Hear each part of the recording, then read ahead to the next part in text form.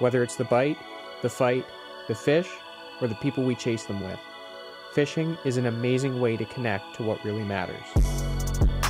From the beginner to the experienced angler, there's always more to do, explore, or try in fishing. This is a chance to discuss and celebrate all of it. This is the Love of Fishing podcast.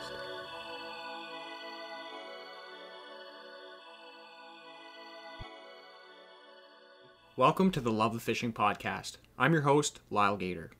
If you're new to the show, the next 20 minutes is all about sharing our love of the sport and having discussion with some of the coolest people out there. We are here to have a good time. If you're a new viewer or listener to the show, welcome. I'm glad you tuned in because we've got a great show in store for you. This week's episode of the Love of Fishing podcast is brought to you by J&A Athletics. J&A Athletics supplies all my hats and shirts. John and Anna are great people that go the extra mile for their customers, and this week they have generously donated the print that I'll be giving away for this week's giveaway. If you want to find out more about what J&A Athletics do, they have a website, jnaathletics.ca, and also a Facebook page, which is J&A Athletics. For more information about the print that I'll be giving away, I've shared photos on my Facebook, which is Hooked on Niagara Guide Service, as well as my Instagram, which is Hooked on Niagara. To have a chance to win, all you need to do is subscribe to my YouTube channel and comment on this video. That will give you a chance to win. Good luck.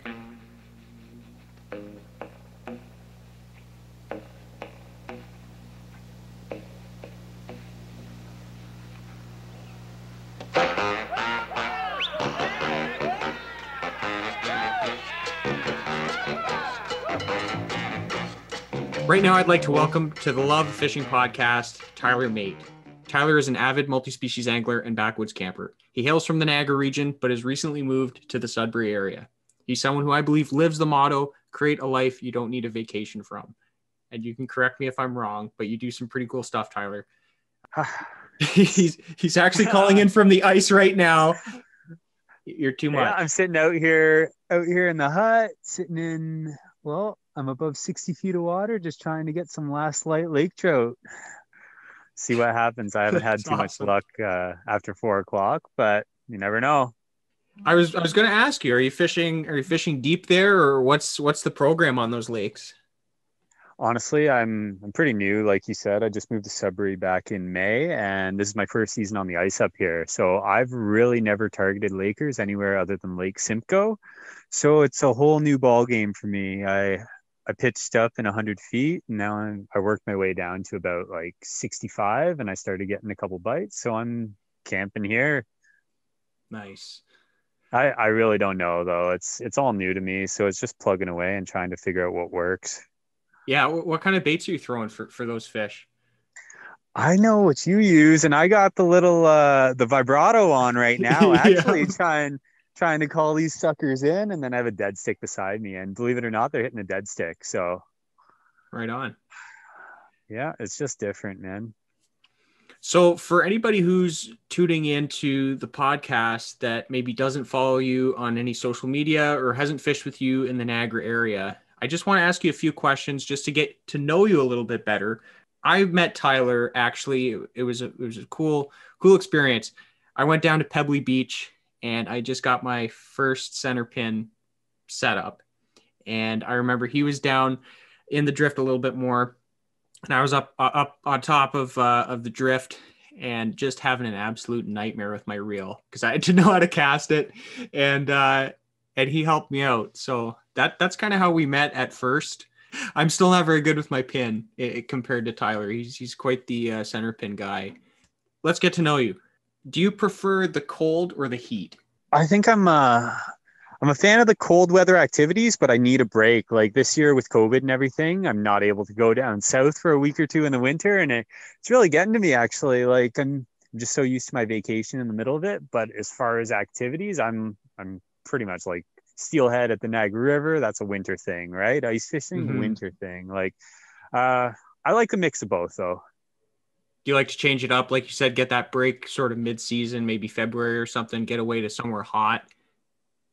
Yeah, I mean, it's usually what I do every year. Like we we'll go down to Mexico or something. No more fishing, none of that stuff. It's just a nice, solid vacation, right? Yeah. I usually spent all winter on the river and stuff. You're freezing, and just a good little break to get south.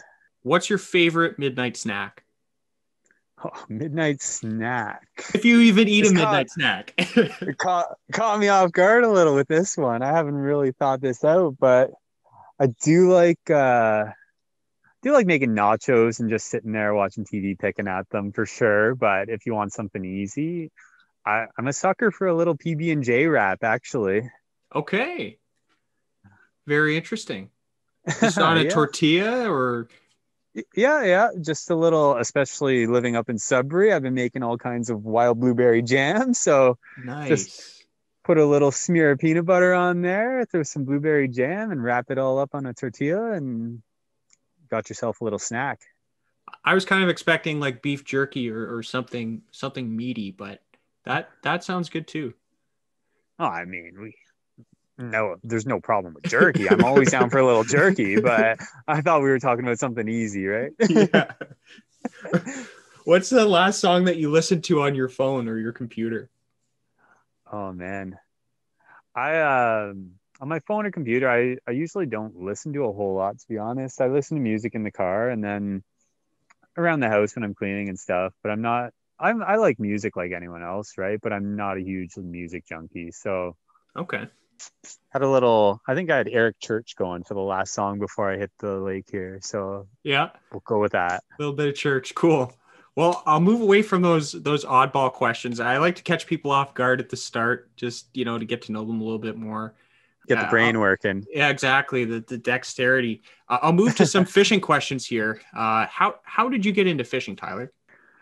Growing up, my parents always took us to a cottage in the summer. We never owned a cottage, but my aunts and uncles had a couple cottages, so we used to go there, or they'd just rent. And we'd usually do 1 to 2 weeks every summer. My parents always had a boat, nothing crazy, just a tinner, right? But Mm-hmm. it was enough to get out and really pique my interest. It was mostly just smallmouth fishing. We'd get it, like pike and perch and just your Yeah. basic fishing. It was nothing too hardcore. It was a good experience. And then after that, it just kind of grew on me, right? Like Mm-hmm.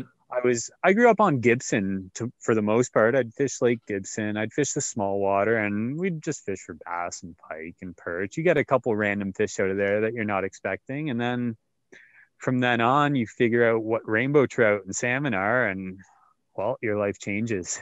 Now you made mention of something about catching a fish that you weren't expecting. And can you tell me a little bit about some weird things that you've caught in Gibson or seen caught in Gibson? Personally, growing up, I had no idea like what trout were or anything like that. Like I knew they were dinner fare, right? Like I knew you could get them out of the ocean. I knew they came from BC and stuff. I had no idea Lake Ontario had trout in the first place. Lake Erie, none of that stuff. Especially Lake Gibson. So I was casting one of my little go-to. I like the double tail white twister tail on a jig head, and that was my go-to when I was younger. Yeah. Was casting that out, and I caught two rainbow trout in Lake Gibson on one of those. Um, Muskie, Unbelievable. yeah, I've caught a couple. Well, I've hooked a couple muskie. I've only landed one in there, and recently, actually, I think it was about 2 years ago, I got my first walleye out of there. So, other than that, I mean, Gibson's pretty famous for just being your typical bass, pike, your Yeah, standard fish. But those are definitely oddballs that I've caught out of there. that's cool, man. What's your favorite bite to chase if you could go for anything? Oh, I really like steelhead, but I think it's partially because I grew up in Niagara. There's something about chasing fish down in the gorge like that. It's just I think it's the scenery combined with the fish and just learning Mm-hmm. that water and knowing it a lot better than most, I would say that Yep. makes it fun for me, right? But I like ice fishing for walleye when they're biting. When they're not, I don't really love it, but you know how it goes, right? Yeah, yeah. Like Bay of Quinte is definitely one of my favorite places to fish, but it took a long time to figure even just spots to go out there. Like you follow people, but a lot of people just don't even know what they're doing out there either. Mm-hmm. you follow the group and there might not be any fish there. So I think it's coming up with your own spots and stuff like that for me anyways, that really made Quinte one of my favorite places. Yeah, yeah, it's a good point. Like, knowing the fishery and knowing why fish are going to show up where they do. I won't talk too much about it on the show, just because I know it's sensitive, but you've also done quite a bit of very early season steelhead on the Niagara. And that's totally just a result of you knowing the game, right? Yeah, you kind of know where they're going to be and when. It's no secret that like trout need highly oxygenated water and stuff, right? So Yep, you want to be fishing like faster stuff in the early season, or when it's colder out, you want to fish slower stuff. And it's just, I don't know, kind of putting that knowledge to use and picking your spots, right? for sure. You mentioned Quinte as one of your favorite places to fish. Would you say that's your favorite destination in all of Ontario to fish, or do you have somewhere else? I'm not a huge fan of like the scenery of Quinte or anything like that, and that's a big part of fishing for me. I like, oh, a quad's ripping by here right now. Sorry if it's in the background, but No, it's all anyways, good. yeah. So I like Quinte for the fishery. It's big fish, right? Hmm. But I think the truthfully, I like the Temagami area best. All the little back lakes that you can get to in there, it's endless, and you really don't see too many people, and there's just something about that makes it a lot more fun to me. So you mentioned a little bit about doing some other outdoor activities besides fishing. Now that you've made the move up there, what other awesome outdoor adventures are you going on? Well, I actually just got my hunting license last winter, so that's been a whole new thing for me. I'm trying to think what my first hunting experience was.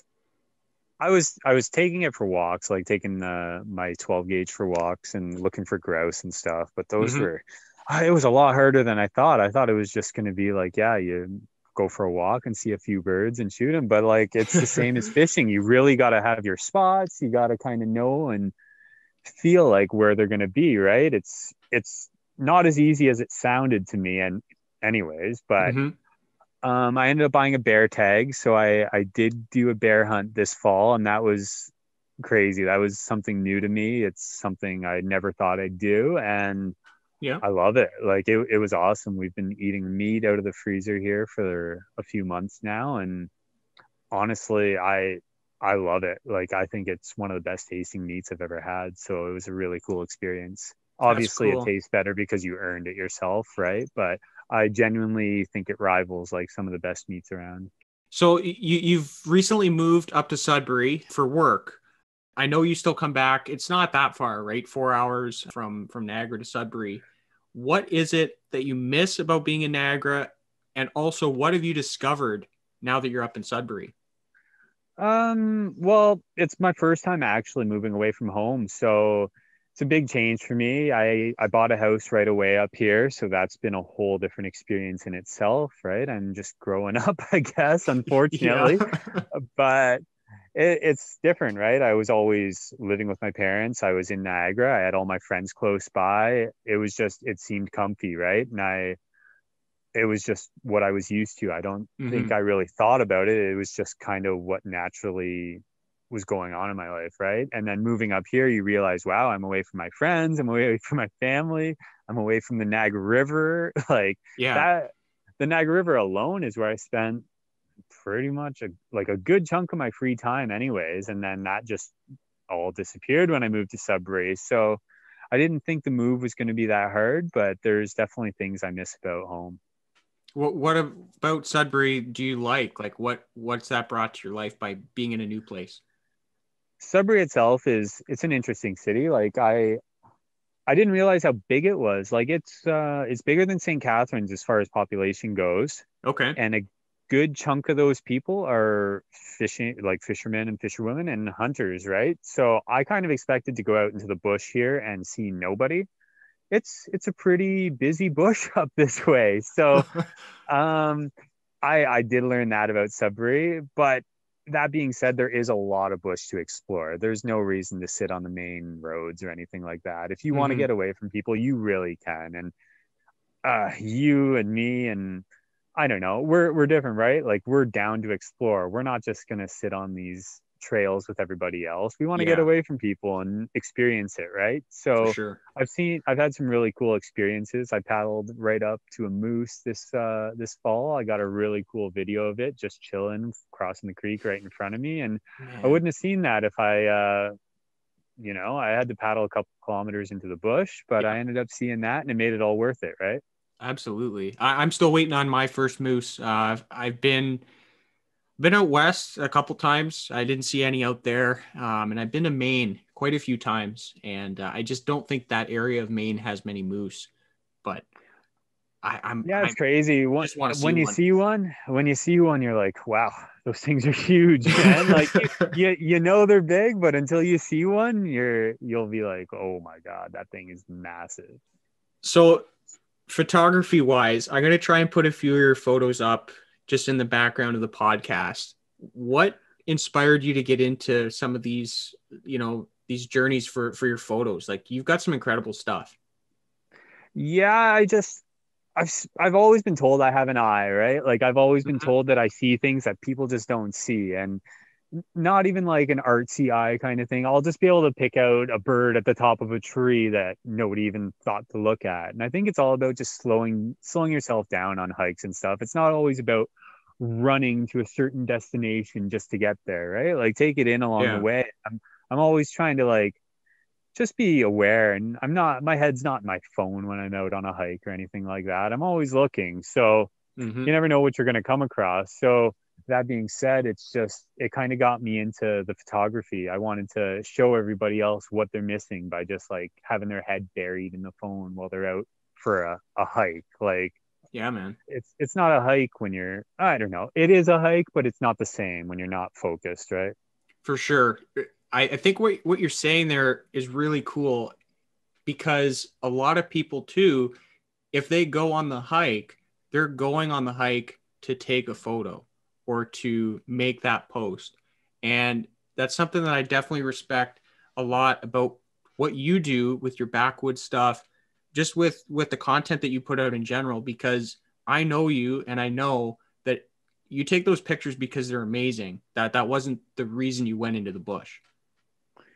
No, absolutely not. Like I like going for hikes, and if I see something great, if I don't, well, I still got out, right? Like Yeah. that's what it's all about to me. Just getting out and going for some walks, and you'll come across some crazy things if you just put your time on some trails and stuff. And it's not like you have to be in Sudbury to do that either. Like there's short hills in Niagara that's loaded with all kinds of stuff, like especially deer, but there's all kinds of other things. Or you could head down to the Glen and or the gorge anywhere, right? You'll Yeah, you'll see some crazy stuff if you just keep your eyes open.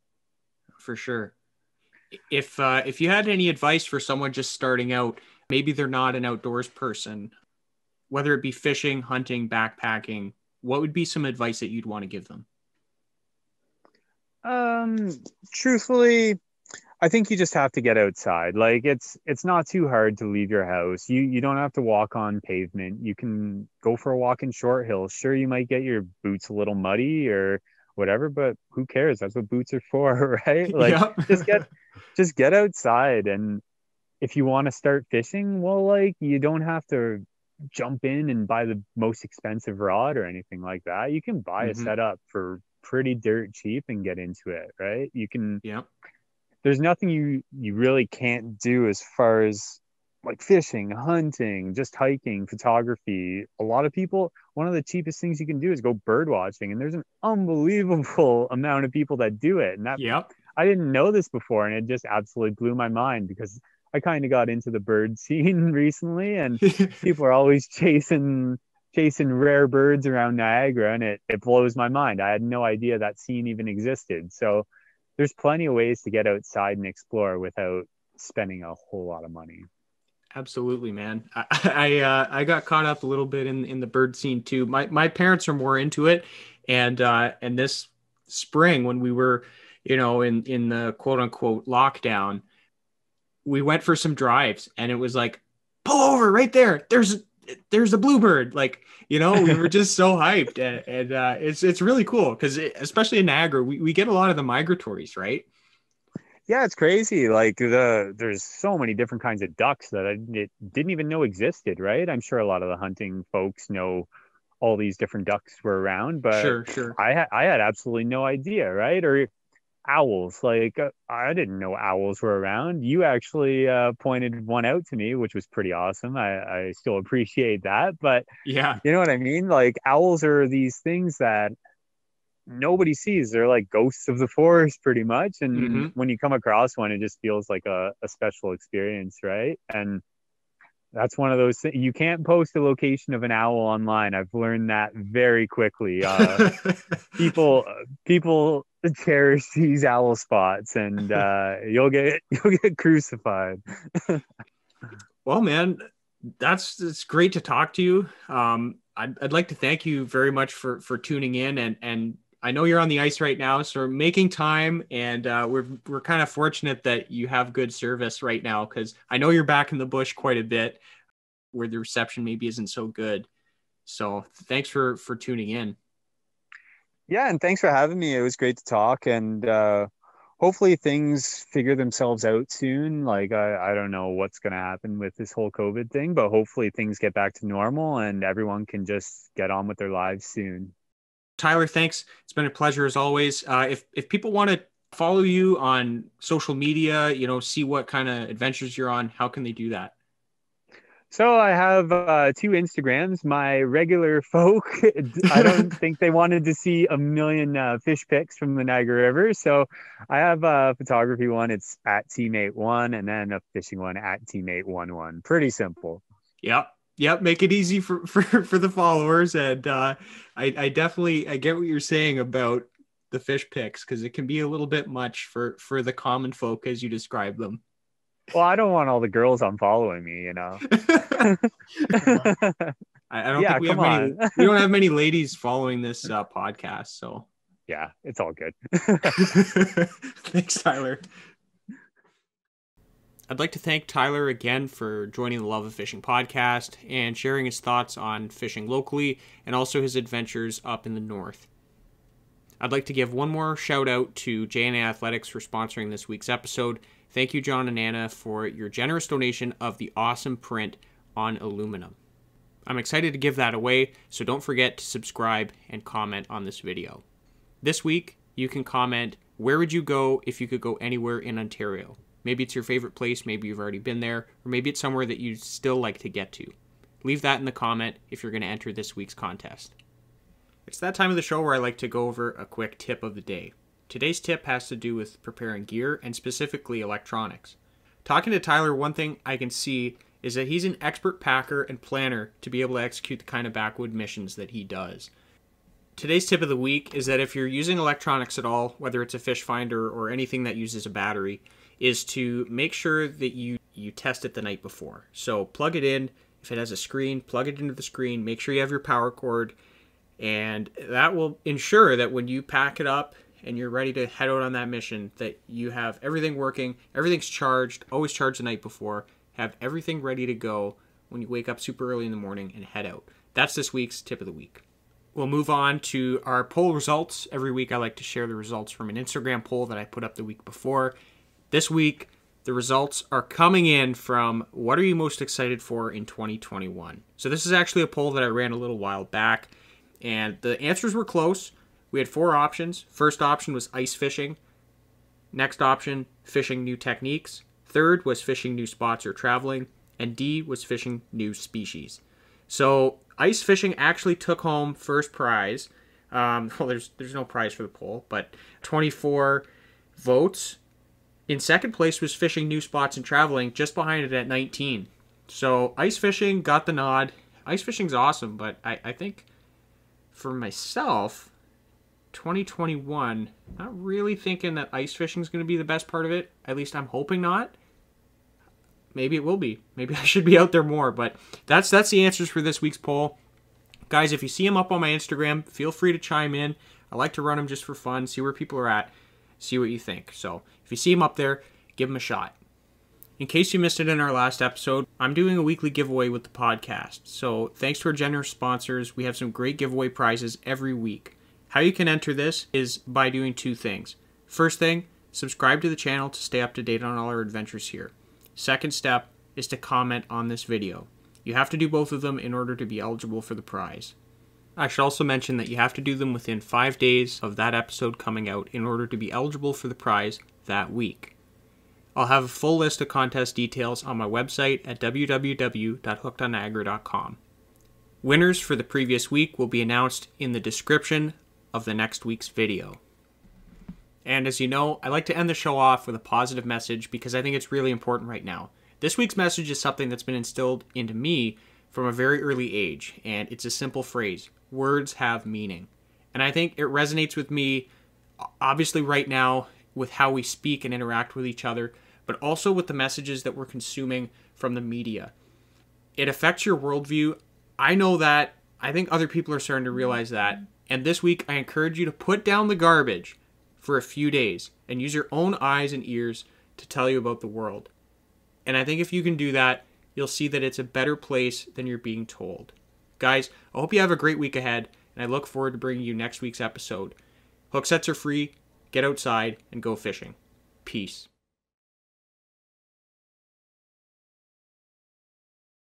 I got him. Yeah! Hit the vibrato. I'll let you know what it is in a minute. It's got some fucking fight to it. What do we got? Oh, buddy, it's a fish. It's a fish, all right. What are we gonna have here? Oh, I'm in like 60 something feet of water, right? So This is the first ever fish caught on the Love of Fishing podcast. I love it. Oh, are we still on? Oh yeah, buddy. Oh, I've been swearing like a trucker. Okay, I can take that out. Nice. Greasy. Oh my God, they're so gross. It's only like 2 pounds too. I'm probably just gonna let it go.